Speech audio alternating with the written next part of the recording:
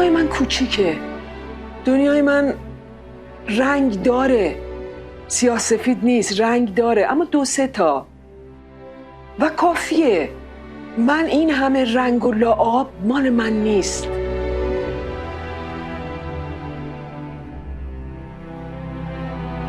من سوسن پرور هستم، متولد 1354 شهر عراق. ما 3 تا خواهریم. خواهر بزرگم مریم، من، بعدش خواهر وسط و بعدش خواهر کوچکترم پونه. اینجوری نیست که من برگردم به کودکیم فکر کنم و حالم خوب نشه، ولی اونجوری هم نیست که منو خیلی به شعف بیاره. به هر حال نسل ما فکر میکنم مال نسلیه که کودکیش جنسش جنس دیگری بود، ولی یک چیزای بولد و خوشمزه‌ای توی کودکیامون بود توی اون نسل. یعنی تو اکثر خاطرات گذشته ما تنهایی نداریم، یه کلمه دختر خاله پسر خاله، اینا این ازدحامه، اون شلوغیه. مثلا من شاید چون توی شهرستان تجربه بزرگ شدن داشتم، خب اینا بولتره. کلا مجموعه کودکی برای من خوب بوده، اما خاطرات جنگ، نمیدونم، به هر حال چیزایی که خشم انداخته باشه توی ذهنت بوده دیگه. من اول راهنمایی تو بمبارون مدرسه خراب شد، پدرم از زیر آوار، یعنی هیچ وقت اون تصویر نمیره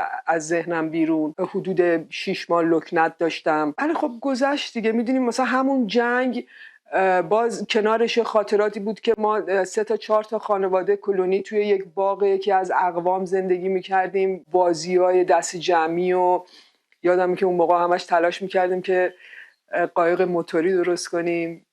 اصلا جدا از مثلا حالا به قول تو این گرایش‌های هنری که من خیلی فکر نمی‌کنم توی بچگی همچین چیزایی رو تجربه کرده باشم، ولی خب من دختر دیگرگونه‌ای بودم. یه ذره مرزهای جنسیت، مثلا من بچه بودم، عشقم فوتبال بوده، دوچرخه سواری بوده، تمام دوستان پسر بودن. من بعدها که اومدم توی اجتماع اصلا برام سوال شد که چرا همه فکر میکنن که مثلا مثلا تو چرا مثل دخترها نیستی؟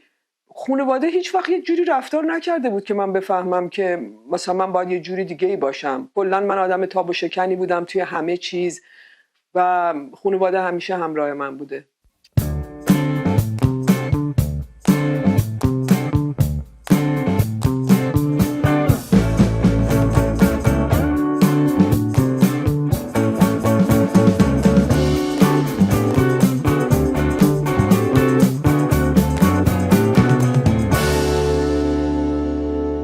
من 16-17 سالم بود که بابا سکته کرد و به رحمت خدا رفت. توی خیلی سنای کودکی که اصلا خیلی کپی پیست، یعنی دلم میخواست که، یادم بابا یه کلاه زرد حصیری داشت که من همش به سر من بزرگ بود خیلی، تمام این درجه هارم که می آوردی باز به سر من بزرگ بود. مثلا من دلم میخواست اون کلاه همیشه سرم باشه. و میدونی بابا یک خدمت رسانیایی کرد به اقوام، به مردم. شاید هم این فرهنگ شهرستان بود، شاید باباهای همه اینجوری بودن، نمیدونم. مثلا تو زمان جنگ اگر که بابا میرفت نونوایی 20 تا نون نمیگرفت، مثلا 100 تا نون میگرفت، از دم در که میومد به همه خانواده ها نون میداد. یه ابرقهرمان بود دیگه، انسان به شدت نیکی بود. هنوزم خیلی دلم میخواد که مثل بابام باشم. این شماره 8م باباست. این شیشه شکسته ولی این کمد بابا بوده. اینو بردارم، اینو من همونجوری حفظش کردم و این شیشه رو عوض نکردم هیچ وقت. و همیشه فکر میکنم که وقتی این شیشه شکسته حتما بابا میخواسته عوضش کنه ولی فرصت نکرده. نمیدونم، یه همچین حسی دارم بهش. برخلاف این که الان مثلا باید بگم که یک پلنی داشتم که برم هنرمند شم، خیلی تنبل بودم و اصلا کسی انتظار نداشت که من دیپلم بگیرم. اون سالها دانشگاه آزاد عراق یه چند سالی بود که تأسیس شده بود، بعد رشته ادبیات نمایشی اولین سالی بود که داشت آزمون برگزار میکرد توی عراق. من خیلی عادت به خاطره نویسی داشتم. خواهر بزرگم مریم، اون احتمالاً فکر میکنم که پیش خودش شاید فکر کرده بود من ذوق نوشتن دارم و فرم دانشگاه رو سال 3 دبیرستان، اون موقع قانونی بود که تو میتونستی 1 سال زودتر چیز کنی، مرخصی بهت میدادن 2 ترم. رفت برای من ثبت نام کرد رشته ادبیات نمایشی دانشگاه آزاد عراق. بعدم فلان روز گفتن برو امتحان بده. ما هم رفتیم امتحان دادیم. خیلی بیگانه بودم با اون سوالا و ما قبول شدیم به این دلیل که کلاً فکر کنم 11 نفر امتحان دادیم و 11 نفر سال اولی بود که اون رشته اومده بود دیگه. من 2 ترم مرخصی گرفتم. این شد یه انگیزه که در واقع من اصلا بتونم دیپلم بگیرم که برم دانشگاه. و سال بعدش با هر بدبختی که بود با معدل 10.36 من دیپلم گرفتم و رفتم دانشگاه. شروع آشنایی با یک دنیایی که خیلی دور بود از من، خیلی بیگانه بودم. خیلی متوجه فقر سواد فرهنگیم شدم.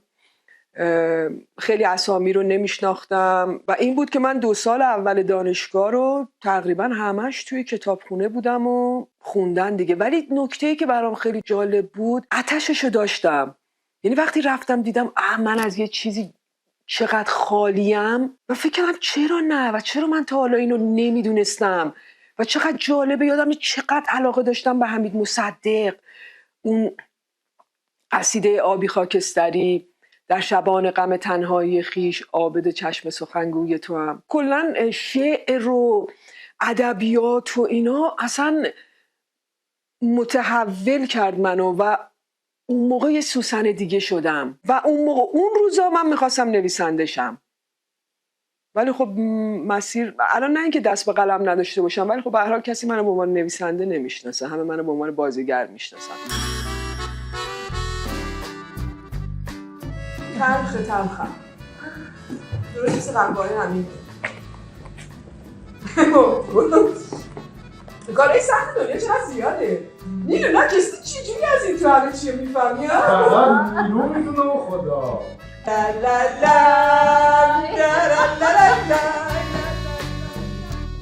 توی 2 سال اول یه سری واحدهای مشترک داشتیم بین بچه‌های بازیگری و ادبیات نمایشی، از جمله بازیگری، تحلیل نمایش، کارگردانی، بیسیکشو همه رو مشترک بودیم. خب بعد من هی تشویق شدم که مثلا چه بازیگر خوبی هستی، در حالی که من مثلا کاری نمی‌کردم. مثلا اتود میدادن ظاهرا مثلا انگار تو ذهن من میومده فقط. و اون موقع برای من خیلی سوال بود که مثلا چی رو تشویق میکنن؟ این خیلی ساده است که. بعد وقتی گذاشتم کنار نویسندگی خب دیدم این که خیلی سخته. این بازیگری که اصلا کاری نداره. بعد یه جشنواره دانشجویی شرکت کردیم، جایزه گرفتم و گفتم چه کاری من بشینم خودم رو اذیت کنم نویسنده بشم. خب بازیگری که اصلا هلو برو تو گلوه دیگه. بازیگری اون چیزی که میخواستم در اون حدی که منو اقناع میکرد اتفاقا میشد تو عراق. از یه جایی من دیگه کارگردانی رو شروع کرده بودم و خیلی برام خوشمزه تر بود و تو عراقی مهیا بود. گروه خودم رو داشتم، خیلی نوآور بودیم. توی تمام جشنواره های منطقه استانی یا کشوری اینا میرفتیم، یه گروه شناخته شده بودیم دیگه. ببین من 3 تا کار داشتم. اولیش تهوع بود که نمایشنامه بود، پایان نامه لیسانس من بود. اون اجرا نشد. بعدش توالت بود، بعدش توف. این سگانه یه جوری تحول سوسن پرور بود توش، میدونی؟ و توالت اصلا کاری بود که نقطه عطف زندگی کاری منه. ببین نمیدونی یک نفر از شهرستان بیاد و جایزه کارگردانی جشنواره فجر بگیره یعنی چی؟ کاری که چیستا یسربی بود، آتیلا پسیانی بود، فرهاد اصلانی بود. ببین اینا غولایی بودن. بعد سوسن پرور بیاد جایزه کارگردانی بگیره. یه مجله بود ITN یا ITI، یه چیزی بود مال تئاتر بود و خلاصه اون انتخاب میکرد یک تئاترایی رو برای اینکه خارج از کشور اجرا داشته باشن و توالت انتخاب شد. اسفند ما یک شبنامه مجلس زد، کار خر از دست رفته فرهاد اصلانی و توالت من. توی اون شبنامه بهشون اشاره شد و اصلا کار توالتو که مثلا نمیدونم شاید بشه همچی برداشتی ازش کرد. من اصلا اونقدر سواد نداشتم که بخوام با این نگرش توالتو بنویسم. اولا که توالت بداهه بود و کار کارگاهی بود، یعنی خلاقیت مجید بود واقعا.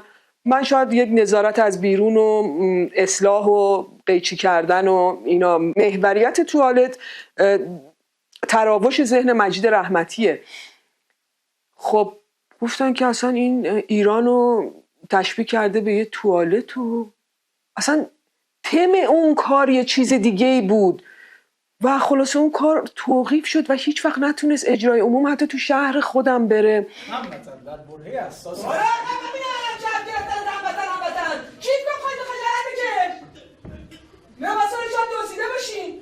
زبونم چیاد گرفتنش کاری نداره. خانم وسط جنگ جهانی من آموزشگر زبانی کجا چی استعدادشو داشته باشی یاد بگیری. ببخشید دسته بذاری سرت. ولی باز مسیر یه جوری چیز شد که چند تا اتفاق کنار هم افتاد. مامان رفت مکه و 1 ماه نبود و تو نبود مامان خواهر بزرگم ازدواج کرده بود اون موقع، خواهر کوچیکم نامزد بود و خب من مجرد خانواده بودم. تو این 1 ماه انگار متوجه هویت خودم توی خونه شدم که خب یک آدم مجرد چه تعریفی میتونه داشته باشه، یک آدم متأهل چه تعریفی میتونه داشته باشه از نظر جایگاه. اون جایگاه رو دوست نداشتم. مثلا مریم از من پرسید کجا میری؟ مثلا یه لحظه گفتم یعنی شما کجا میری؟ بیرون. گفت نه کجا میری؟ من باید بدونم تو کجا میری. و مثلا گفتم خب حالا فلان جا، مثلا با حمید دوستم داریم میریم حالا بیرون. و این یه چیز شد، یه آلارم شد که اگه روزگاری مامان نباشه هویت من برای خواهرام چیه؟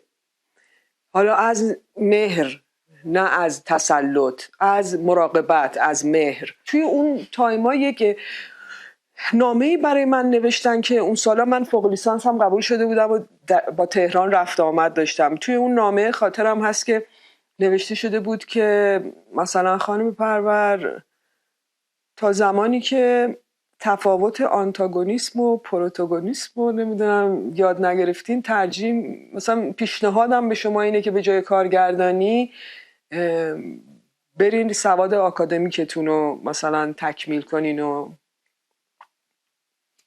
موقع من شاخی بودم تو عراق، میدونی، یعنی وقتی میگفتی سوسن پرور دیگه نفر دومی نبود. اینقدر این نامه برای من پر از توهین بود و خیلی به هم برخورد و گفتم خب پس دیگه خداحافظ عراق. مامان از مکه اومد. خب این یه ذره تو ذهن من بود و به مامان گفتم که من میخوام برم تهران به 2 دلیل. یکی نبودن تو زمانی که مکه بودی و این تجربیات و کارم. و خب میگم دیگه مامان همیشه حمایت کرده اینا. گفت من چیکار میتونم بکنم؟ گفتم خب تو یه خونه برای من بگیر تهران. گفت باشه، من انقدر طلا دارم میفروشم و من طلاها فروخته شد اومدم تهران دیگه.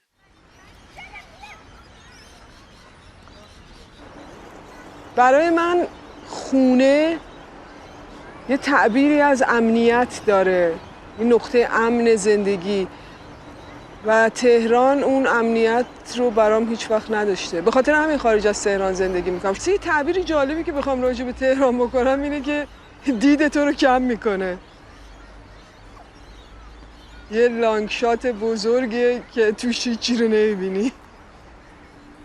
من وقتی که اومدم تهران خب نتونستم جذب گروه‌های تهران بشم، مرکز نشین بشم در واقع و خب اون تئاتری شهرستانی روی پیشونی من بود و با یک وزنه 2 کیلویی از حقارت منو میشناختن به عنوان یه بازیگر خوب. من زمانی که اومدم تهران 40 تا تقدیرنامه بازیگری داشتم. در نهایت من خب چون بچه‌های عراق اومده بودن تهران، من اون کلونی رو جمع کردم دور خودم دوباره و کارامونو داشتیم و جشنواره‌ای امرار معاش میکردیم تا زمانی که اولای دوره احمدی نژاد بود که خب خیلی جشنواره‌ها سبک و سیاقشون عوض شد. من خیلی قلم نداشتم برای اون فضاها و متنایی هم که من میفرستادم هی رد میشد دیگه. من بیکار شدم در واقع. اون سال یادم من 40,000 تومان کرایه خونه میدادم. یه ددلاین 6 ماهه گذاشتم، گفتم یا من میتوانم از پس مخارج زندگی بر بیام از هر راه هنر یا غیر هنر، یا بعد 6 ماه اگر نشد برمیگردم. من رفتم صندوقدار شدم توی یک پیتزا فروشی. اون سالا دلم میخواست که کمترین دید رو از بیرون به درون باشه، انگار مثلا من فید شم، من کسی نبینه. و این شیشه بود تمام قد، قشنگ خاطرم هست. از 12 ظهر میرفتم پیتزا فروشی، 9 صبح تا 11 و نیم زیر پل سید خندانم کارت پخش کنی میکردم.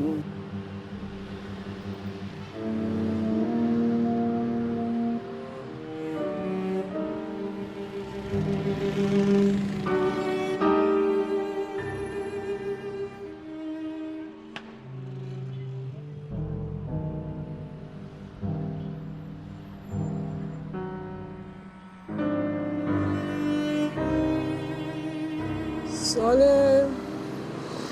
87 من اینجا کارت یه دانشگاه پیام نور بود، تبلیغ اون بود، پخش میکردم با مهدی دوستم.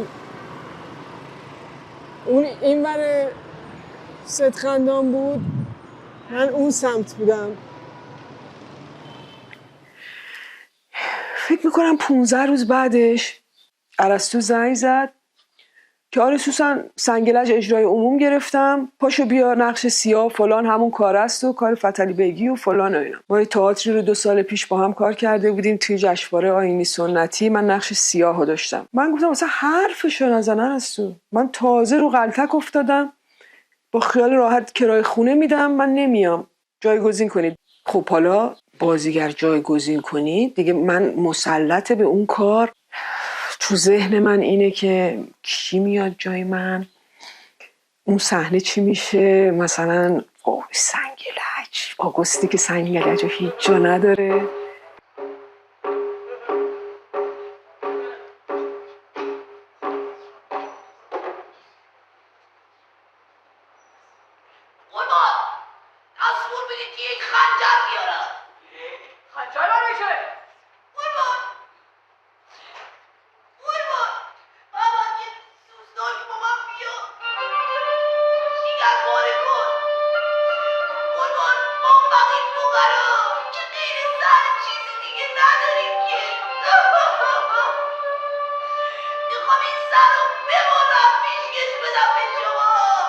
تقریبا 10 روز بعدش دوباره ارسطو زنگ زد که بیا سوسن فلانی اومده، اسم نمیبرم، بچه ها نمیتونن ارتباط برن، این قلب کاره اینا. من گفتم ارسطو منو وسوسه نکن.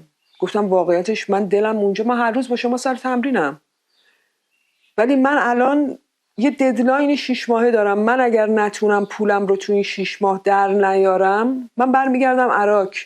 به خاطر همین بذار من به کارم بچسبم دیگه. اونم گفت باشه و اوکی. و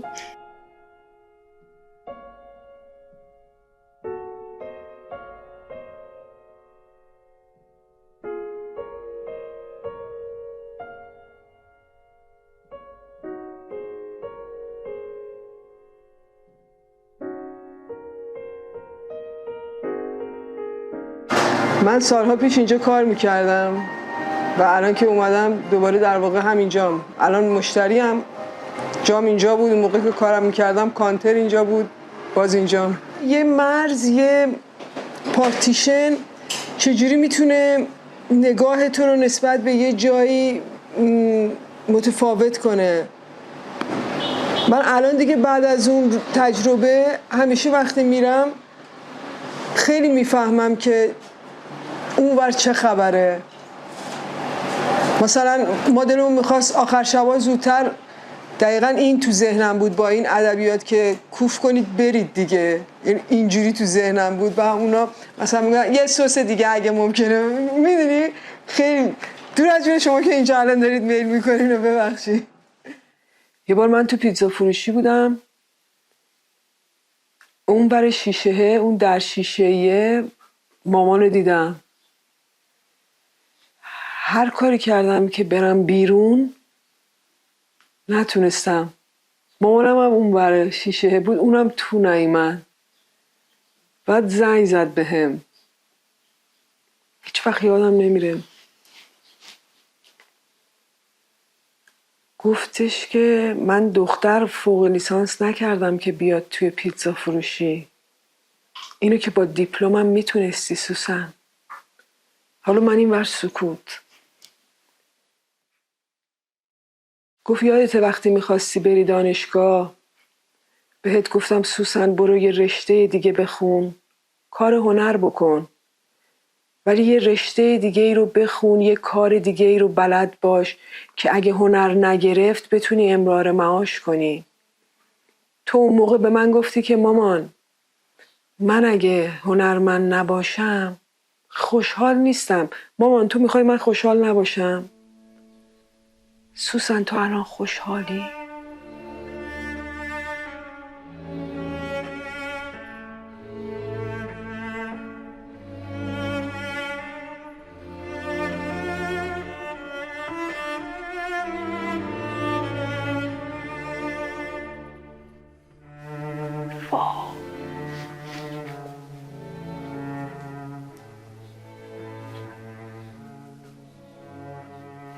و اون تلفن قطع شد.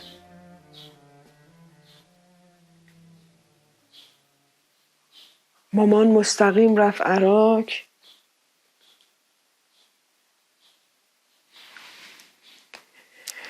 تمام تهران روی دوش من بود. میدونی این فکر میکنم برای هر کسی سخت ترین لحظه زندگیش جاییه که تمام محاسبات جوری انجام داده که 2 تا بشه 4 تا، بعد یهو میشه 2 تا 6 تا 5 تا 7 تا 3 تا. و از اون روز به بعد قلب شکسته مامان منو جلو برد.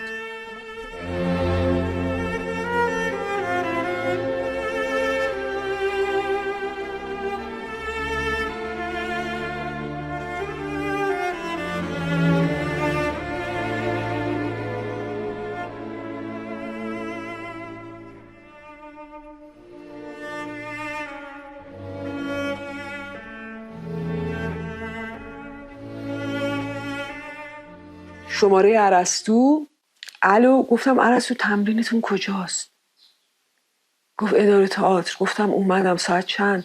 گفت 3. تقریبا ساعت 1 و 2 بعد از ظهر بود. گفتم اومدم. قبلش صابکارا اومده بود، با من دعوا کرده بود. تلفن رو قطع کردم. آقای شمس تو دفعه آخر باشه سر من داد میکشی یا؟ ادبیات من خیلی ادبیات قشنگی هم نیست. زارپ اومدم بیرون. دوباره برگشتم گفتم ببین من یه روزی کسی میشم میام اینجا بشکن میزنم که برای من پیتزا بیاری، فهمیدی؟ رفتم بیرون. رفتم سر تئاتر ارسطو و اجراهای اون کار تموم نشده بود هنوز که من قرارداد بزنگاهو بستم.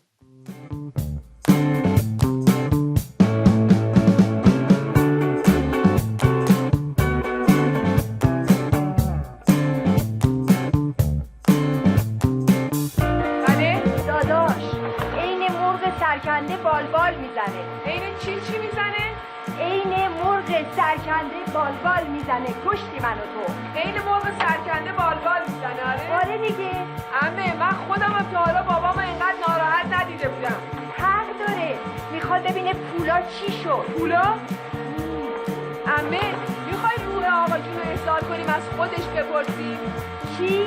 روح آقا جون رو احضار کنیم از خودش بپرسیم پولا کجاست.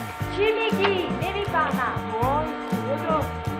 روح آقا جون رو احضار کنیم از خودش بپرسیم. خاموش کن. خاموش کن. ورق برگشت و تصویر و بعد از تایمی که کار پخش میشد، حالا شاید تمام نشد ولی تو طول پخش کار بود، یک مصاحبه رو من کردم، یادم هم نیست با چه روزنامه‌ای.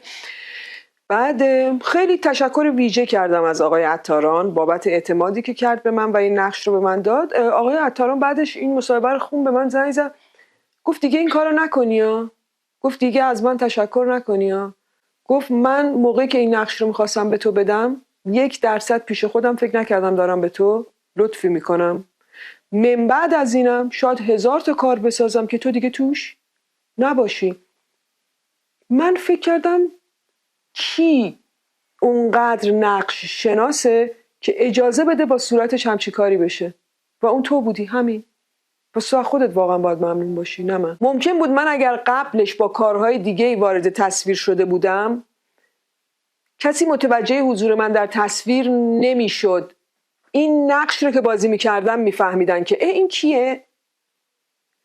نقش پتانسیل داشت، میتونی یک انفجار بود دیگه، یعنی جواب یک عمر سختی، عکس من رو جلد مجله ها. آره این صدای قلب مامان بود اون روزی که شکست، اون روزی که شکست و این شد خروجیش.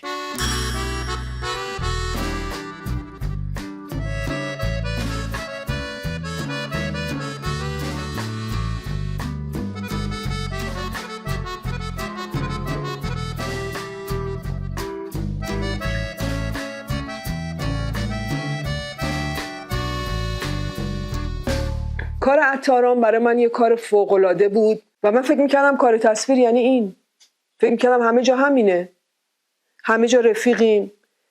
بعد کار بعدی دیدم اینجا اصلا سلاح سرد میاره، اینه همه هفتیر بستن برا هم. اسم نمیبرم، یک سکانسی بود شاید 3مین کار تصویر من بود. یک خانومی که خیلی براشون احترام قائلم، الانم براشون احترام قائلم، یه دوستی ما رو به هم معرفی کرد قبل از این سکانس که مثلا فلانی سوسن خیلی بازیگر خوبیه، فوق لیسانس تئاتر داره، اینجوریه فلان. گفتش که فوق لیسانسش داری به رخ من تو سر خر بزنی الان فوق لیسانس، یه همچین چیزی اینا. حالا ما عبور کردیم رسیدیم به سکانسی که میخوایم بازی کنیم. قصه اینجوری بود که ایشون حالش بده، من دارم آبغن براشون درست میکنم، تو تمرینا این لیوان خالی بود، آبغن دارم درست میکنم، بعد باید آبغن بدم یه جایی میخواد بلند شه، من باید نذارم ایشون بلند شه. موقعی که دیگه تمرینا تموم شد اومدن آبغن بریزن توی این، من به اون بچه صحنه گفتم که نصفه بریز، چون فکر کردم اون صحنه‌ای که میخوام بگیرمش ممکنه این بریزه. بعد اون برگشت من گفتش که اون خانوم دختر جوان به فکر بازیت باش، اینکه چقدر آب باید توی اون لیوان ریخته بشه کار بچه‌های صحنه است. بعد من گفتم که مثلا فلانی این اکسسوار بازی منه و باید چیزی باشه که من باهاش راحت باشم، من اون صحنه‌ای که میخوام شما رو نگه دارم این میریزه روی لباس شما. گفت اونم میشه مشکل پارتنر مقابلت، اونم به تو ربطی نداره. منم یه لحظه فکر کردم خب من تو کار بچهای صحنه دخالت نکرده باشم. گفتم هر چقدر که فکر میکنی خودت صلاحه بریز ببخشید. اونو هم پرش کردم. صحنه اینجوری وایسه که نگرد ریخ رو لباسش پس دست اینجوری لیوانو زد، لیوان از دست من پرت شد، کات داد بلند شد، هرچی فوش به دهنش اومد به من گفت که اینا رو از کدوم خیابون میرید بازیگر میگردید پیدا میکنین، این لباس شخصی من بود، این باید من دیگه این بازی نمیکنم. کار آف شد و تو فکر کن من اصلا حالم چی بود. من گفتم من به شما گفتم اصلا نمیذاش من حرف بزنم، خفه شو ما چجوری هنر رو شروع کردیم دست کیا رسیده، این فوق لیسانسشه، این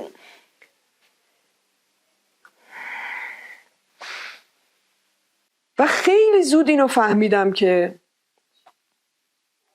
من یا باید یک کنجی رو برای خودم در نظر بگیرم توی یه حاشیه امنی حالمو ببرم، یا اگر بخوام فراتر از این برم باید قد علم کنم و وارد یک چالش و یک مبارزه‌ای بشم. من اون آدم چالنجه نبودم. چرا باید اصلا ما رو ول کرد رفت آلمان؟ بابا این ماشین سنگینه، من هر روز تنهایی دارم این ماشین رو هول میدم. اماد رفته آلمان؟ خب با کدوم گورستونی رفته؟ نشنیدی مهندس سعید چی گفت؟ یادت نمیاد؟ بابا آلمان خطرناکه، پرون که میاد لباس برای چی؟ نمیخوام لباس برای چی؟ نمیخوام. به من نگو آلا، به من نگو آلا.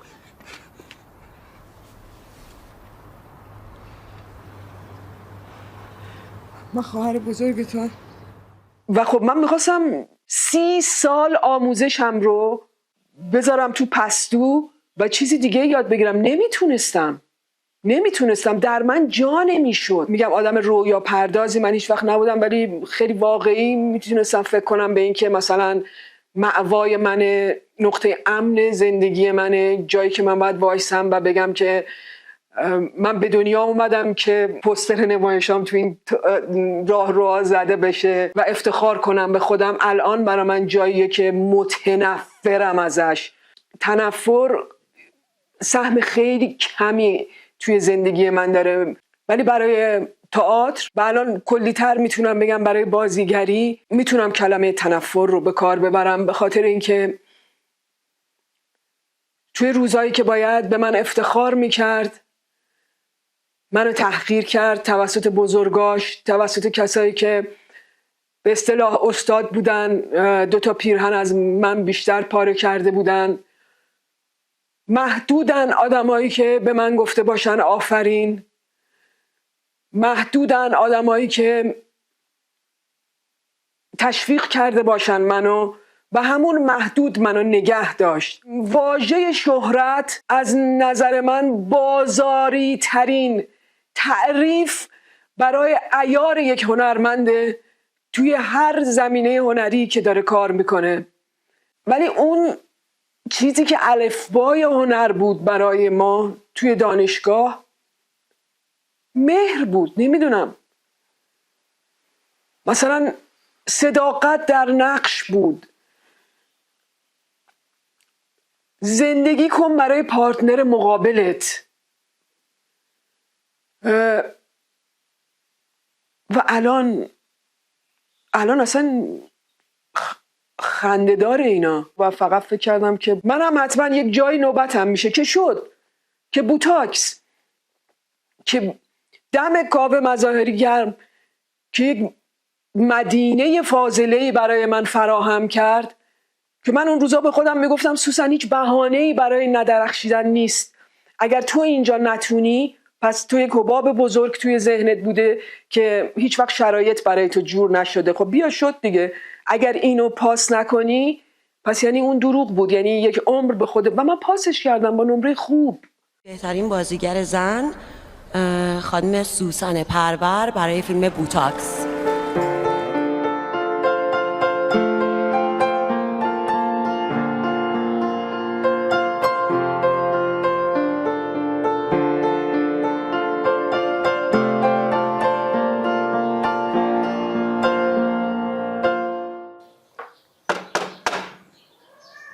بیا نانا، ببخشی معذرت میخوام عزیزم. شیما دوست من، خوش اومدی. ببخشید وسط کارتون بلون مرده. خیلی عزیزم میتونی زندش کنی؟ آره خوب میشه. چقدر زمان دارم؟ چی کارش میخوای بکنی؟ من حالا قیچی کردم چند تا برگای زیرشو. آره ولی بازم زنده نشد. نه اون دم پنجره رو باز گذاشتم، آب پاشیدم به برگاش. گفت فقط سوسن. ببین میدونی اعتماد مرز داره. خیلی عجیبه که تو عجیب نه، خیلی نعمته، خیلی اعتماد به نفس عجیبیه. تو به یک آدمی انقدر معتمد باشی، بگی داداش یا خواهر یا رفیق هر چی،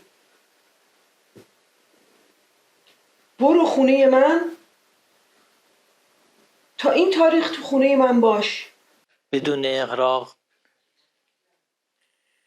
نزدیک به 20 ساله تو تمام خوشی ها و ناخوشی ها ما در کنار هم بودیم. یعنی اگر من مشکلی داشتم، اولین نفری که فکر میکردم باید زنگ بزنم سوسن بود. با تو رفتم بی تو باز آمدم، از سر کوی او دل دیوانه پنهان کردم در خاکستر غم، آن همه آرزو دل دیوانه. آدم ها یک بار زندگی میکنن، پس این یک بار رو زندگی کنین و اجازه بدید که بقیه هم زندگی کنن.